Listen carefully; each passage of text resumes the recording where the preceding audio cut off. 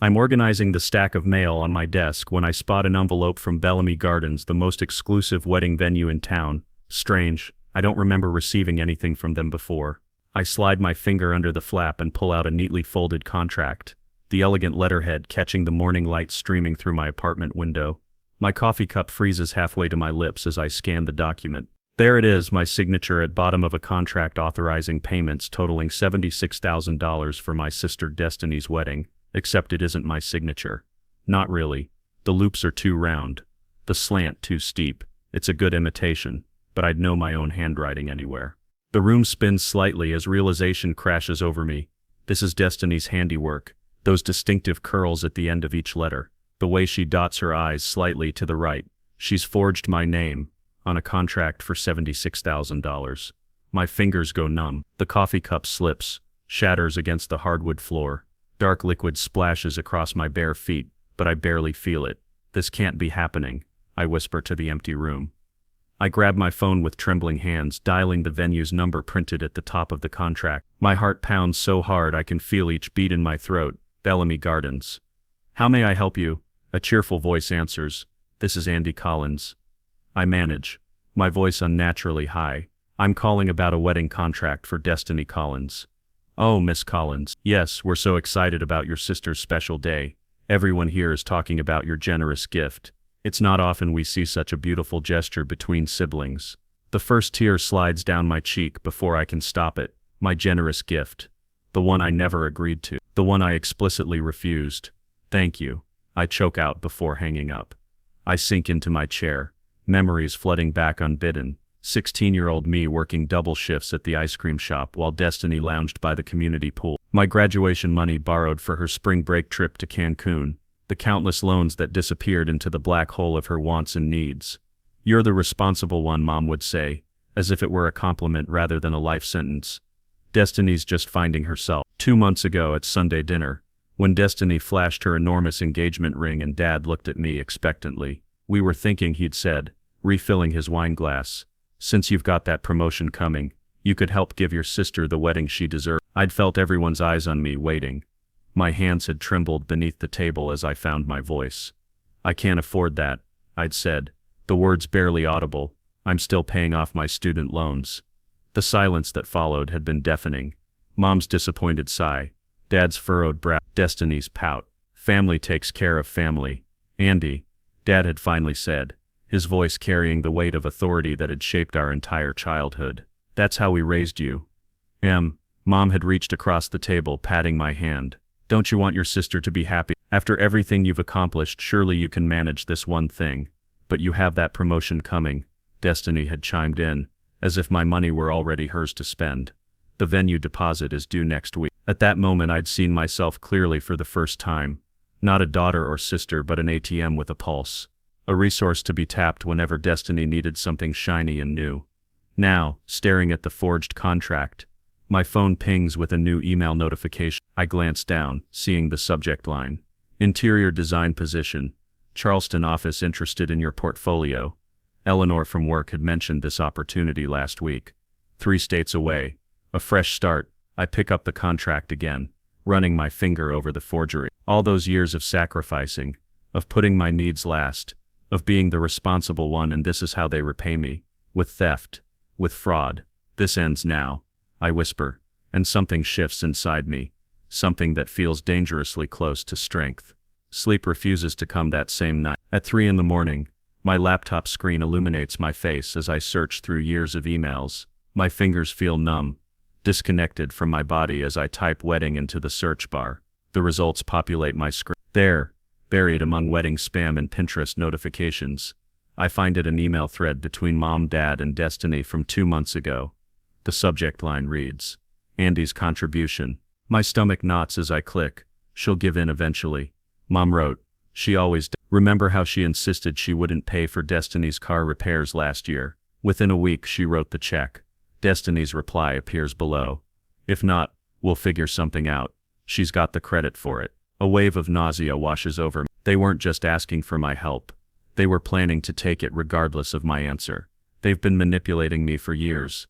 I whisper to my empty apartment. I open a new spreadsheet and title it, Family Loan. With methodical precision, I scroll through bank statements, credit card bills and old emails. Each entry represents a promise broken, a debt unpaid. The summer I worked double shifts to lend Destiny money for her trip to Cancun. The graduation gift from Grandma that disappeared into Mom's temporary need. Dad's business venture that required just a small investment. By sunrise, the spreadsheet contains dozens of entries spanning nearly a decade. The total at the bottom glares back at me. And now, a $76,000 wedding venue on top of it all. I rub my eyes, burning from exhaustion and tears I refuse to shed. The Christmas memory surfaces unbidden. Destiny's pleading voice, as she borrowed my credit card for just one small gift for Mom. The January statement showed 3.0-inch charges from designer boutiques. My phone buzzes at 9 that morning. A text from Destiny. Just saw the bridal suite at Bellamy. It's amazing. I'm thinking we should upgrade the flower package too. Only an extra $1 for Kelvin. Thought. Attached is a photo of her posing in a plush room. Champagne glass raised. Her fiancé nowhere in sight.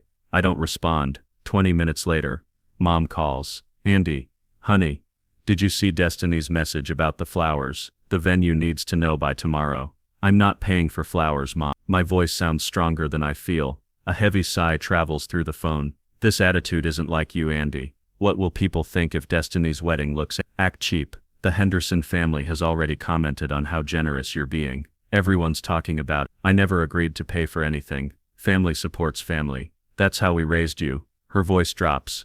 An expertly crafted mixture of disappointment and shame. I just hope you're not becoming one of those selfish career women who forget where they came from. After we hang up, I check my credit score, something I haven't done since buying my car last year. The number has dropped nearly 40 points. A hard inquiry from Bellamy Gardens appears in the activity log, along with a new line of credit. They didn't just forge my signature, they're actively using my credit. My phone rings again. Eleanor from work. Hey, did you think any more about that Charleston position? The hiring manager called me again yesterday. They're really interested in your portfolio. I didn't realize they were that serious, I say, straightening in my chair.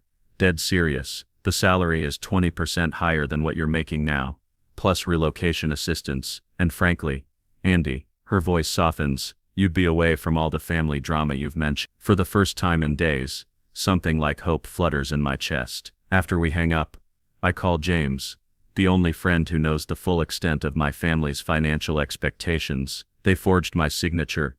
James for 70. Silence hangs between us. Then, that's not normal, and that's exploitation. That's a crime. His words land like permission validation I didn't know I needed. What if I just left? The question emerges before I fully form the thought. Honestly, it might be your only option. They'll drain you dry otherwise. Later, I sit at my kitchen table, updating my resume while Mom sends increasingly frequent texts about wedding details. My hands shake as I type, but not from fear, from something that feels dangerously close to possibility. The interview is scheduled for Monday next week during my lunch break. While my family thinks I'm reviewing fabric swatches, I'll be interviewing for a job 3 states away. Thank you for the recommendation, I tell Eleanor when I see her in the break room the next morning. You've earned it. She squeezes my shoulder. Your designs are exceptional. Charleston would be lucky to have you. For the first time in weeks I smile. Really smile. I picture a life where my paycheck belongs to me, where no one has access to my credit cards, where family gatherings don't end with my bank account lighter. My phone buzzes with a text from Mom. Destiny added monogrammed napkins to the reception, only $3 per guest. We're at $300 now. Will you call the venue to approve? I silence the phone and slide it into my desk drawer. Then I open my calendar and block Thursday lunch for important personal business. 3 states might not be far enough, but it's a start. Sunday dinner at my parents' house feels like walking into a trap. Before I even hang up my coat, Aunt Mabel corners me with a teary-eyed hug. You sweet, generous girl, she says, patting my chin. Funding Destiny's entire wedding. Your mother told everyone. My stomach twists. I think there's been a misunderstanding. Andy. Mom swoops in, linking her arm through mine. The Hendersons were just asking about the venue. Come tell them how you insisted on Bellamy Gardens. The living room buzzes with relatives and family friends, all smiling at me with approval I haven't earned and don't want. Dad stands by the fireplace, holding court. My daughter Andy wouldn't hear of anything less than the best.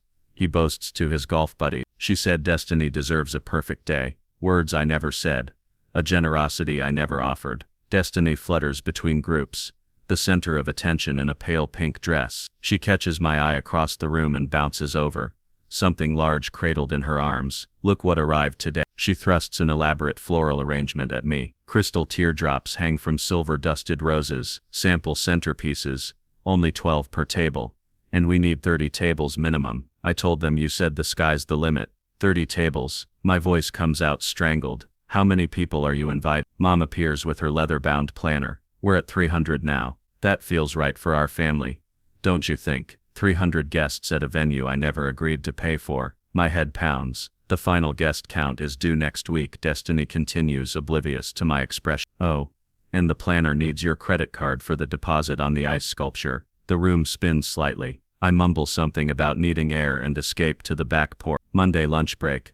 I sit in my car during lunch, heart hammering as my laptop screen fills with the face of Gregory Winters, creative director at Charleston Home and Design. Your portfolio shows remarkable restraint, he says, studying something off screen. Most designers your age overdo it, but your spaces breathe. Thank you. I believe in creating rooms people actually want to live in. My voice comes out steadier than I expect. What salary range are you looking for? 3 months ago this question would have made me stammer apologies for wanting to be paid. Today, something shifts. Based on my experience in the Charleston market, I'm looking for $82,000 annually, plus standard benefits. The words emerge clear and confident. Gregory raises his eyebrows, impressed rather than offended. That's precisely our range for this position. When he makes a joke about Southern hospitality being more than just a saying in Charleston, I laugh, a real laugh that startles me with its authenticity. We'll be in touch very soon, he promises as we wrap up. I sit in my silent car afterward,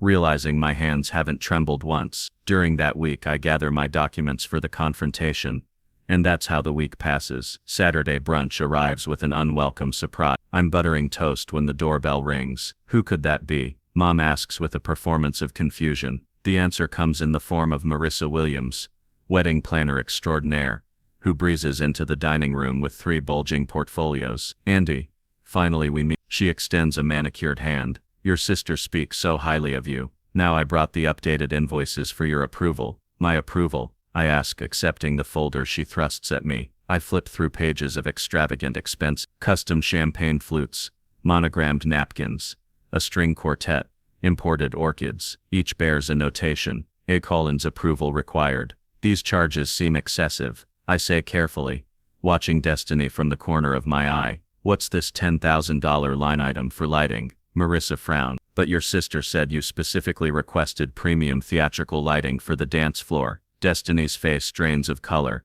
Andy loves dramatic lighting. Right, Andy. Could I see all the contracts, please? My voice remains calm despite the rage building in my chest. Andy's just being thorough. Mom interjects, reaching for the coffee pot. Marissa, have you tried my cinnamon rolls? Let me fix you a plate. As they bustle toward the kitchen, I snap photos of the invoices with my phone. That evening, James brings takeout and legal research to my apartment. In this state, you can break a lease without penalty if you can prove identity theft, he says, spreading papers across my coffee table, especially with documentation showing your signature was forged. Eleanor sends 3 links to affordable apartments in Charleston's north area. Not glamorous, her message reads, but clean, safe, and 20 minutes from the office. I click through the virtual tour of a 1-bedroom with a small balcony. The rent is reasonable. The distance from my family price. The official email arrived to my private email account on Tuesday morning, and I got the job. The salary matches what I requested.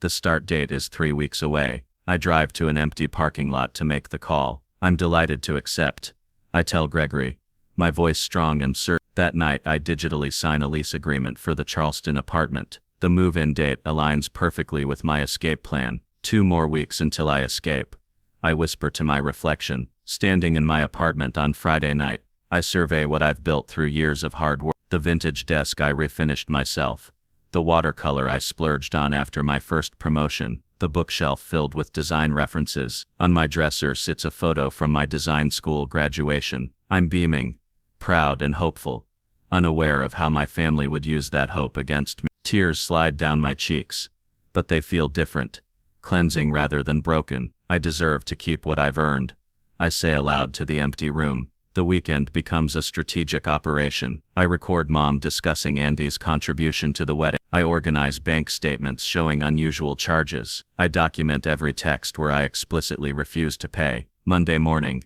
I call a moving company. We need to schedule for a specific time. I explain. The 14th. Around noon, we can do that. The scheduler confirms. Any particular reason for the precise timing? Yes. I say, drafting an email to the Bellamy Gardens venue, explaining the signature forgery. My family will be at a cake tasting. The moving day arrives with perfect weather. From my window I watch Mom's SUV pull away with Dad, Destiny, and the wedding planner inside. My phone vibrates continuously with Destiny's messages about fondant options. 10 minutes later, the moving truck rumbles into the parking lot. I take a deep breath, my hand on the doorknob. The movers head up the stairs as my phone lights up again. 7 missed calls from Destiny in the last 3 minutes. The game is beginning. I smile and open the door to my future. We'll start with the labeled boxes. I tell the 2 men in matching blue uniform. My voice sounds foreign to my ears. Steady. Authoritative.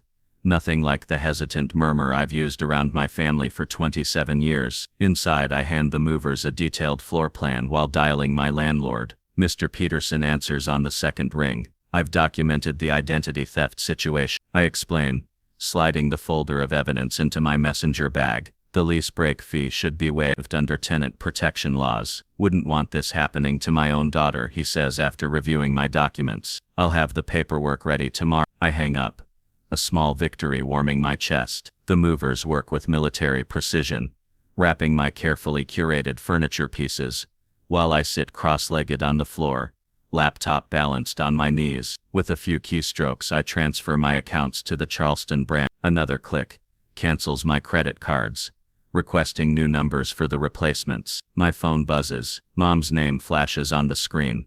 The 5th call in 30 minutes. I silence it, but seconds later, the voicemail notification appears. Andrea Collins. Mom's voice wavers between anger and panic. Where are you? The venue needs decisions on lighting packages by 3. Call me immediately. Jetter. 3 more voicemails follow in quick succession. I play each one, recording them as evidence. As the movers empty my bedroom, my phone pings with a text from Destiny. What the hell, Andy? The venue says you haven't confirmed anything. I swear if you ruin this for me, I'll never forgive you. 10 seconds later. Answer your damn phone. 20 seconds. After everything we've done for you, this is how you repay us. Each message forms another link in a chain of evidence. I save them all. Dad's voice booms from the next voicemail. Family takes care of family, Andrea. You have responsibilities here. Don't make me come find you. K. I save this one twice. As I pack other boxes, the buzzing pauses long enough for me to check Facebook. Mom's status update appears at the top of my feed. Heartbroken when children forget where they come from. After everything we sacrifice as parents, comments flood in beneath it. My college roommate Lisa writes, Andy is the most responsible person I know. There must be some misunderstanding. My cousin Jennifer chimes in. Wait, I thought the wedding was being scaled back. Aunt Carol told me it was costing over $70. Destiny's bridesmaid Tara asks, who's paying for all this? I thought Andy was just handling the coordination, not the cost. I smile as the first cracks appear in their carefully constructed narrative. My phone rings again. James. This time, the truck with your bookshelf and desk just left my place, he says. Everything's secure in my spare room. Until you're... Thanks, James. I don't know what I'd... Stop. You'd do the same for me. He pauses. Eleanor called. Your office is ready whenever you arrive. The weight on my shoulders lightens for the first time in months. Your new landlord emailed. James continues. She's fine with the early move-in. And Sarah from college says her guest room is yours for the transition week. Tears blur my vision as I realize I'm not doing this alone. My laptop pings with an email notification. The wedding venue's logo appears in the subject line. Urgent. Payment deadline notice. I open it, reading the polite but firm reminder that the next installment of $22,000 is due in 3 days or the reservation will be canceled. My phone buzzes with a text from my mother's friend who works at the catering company.